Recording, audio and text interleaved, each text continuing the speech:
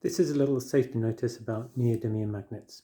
If you use neodymium magnets, the first thing to remember is to read any safety instructions that you got when you purchased them or when the person in your organisation purchased them, so that you are informed about their dangers. They are extremely strong for their size. First thing to keep them away from is any important electrical equipment. If you have a pacemaker, do not let it go anywhere near your pacemaker. Watches, phones, calculators, computers, screens or TVs, tablets, credit cards, USB memory sticks, hard drives, any other device that can be damaged by a strong magnetic field could be damaged. Keep them away from all of these things. Two magnets that are close to each other can come together very quickly and with quite a large amount of force. First of all, this can cause magnets to chip and break. As you see, this one has a piece knocked off on the top there, which can sometimes be quite sharp. Also, it can just make you jump. It's such a sudden thing, can surprise people, could make you drop something which you don't want to land on your foot. But more importantly, they come together so quickly that your fingers could be nipped in between them quite painfully, can cause a bit of injury there. If you need them to go together, try and guide them together slowly and safely.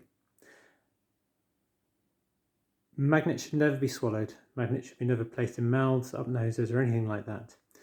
Two magnets or one magnet and any kind of metal which is magnetic, such as in this case a paperclip, they get attracted to each other. If a magnet is inside someone's body in the gut, it could pinch part of the gut, can cause internal bleeding, which could be fatal, and will require surgery to remove it.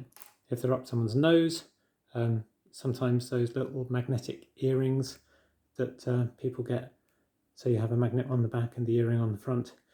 Some people have tried putting those up their noses and both sides of the magnet have ended up inside the nose, pinching the nasal septum, which is the bit at the top of your nose that separates the two nostrils. Again, can cause internal bleeding, could need an operation to actually remove it. Neodymium magnets are often coated with nickel. Nickel can cause allergic reactions, and if it shatters like this one has done, then you could end up getting a little sharp splinter of nickel in someone's skin, which can also cause a worse allergic reaction. So just be careful with them.